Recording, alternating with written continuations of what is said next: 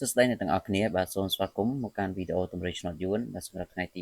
7ខែ6ឆ្នាំ2026ពុកម៉ែមីបងប្អូនសូមឲ្យនេះការកប់ទាំងអស់គ្នាតែម្ដងហើយសម្រាប់ថ្ងៃនេះផងដែរក៏ខ្ញុំបាទមាននៅទម្រេចលេខល្អៗសម្រាប់ចែកជូនទៅកាន់បងប្អូនយកទៅធ្វើការផ្សងសំណាងហើយសម្រាប់បងប្អូនដែលមិនទាន់ចុច share សូមជួយចុច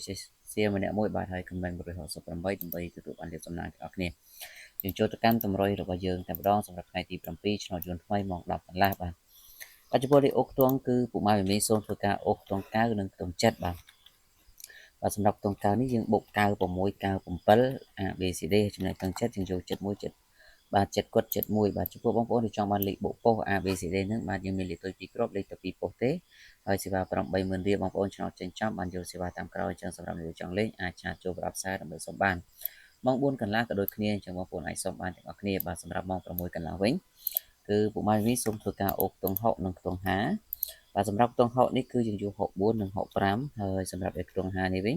គឺពុកម៉ែនេះសូមយក51 52បុក A B C D អរគុណអ្នកទាំងអស់គ្នាសម្រាប់ការចំណាយពេលវេលាតាមដានជូនពរសំណាងល្អត្រូវឆ្នោតទាំងអស់គ្នាបាទសូមគោរពលា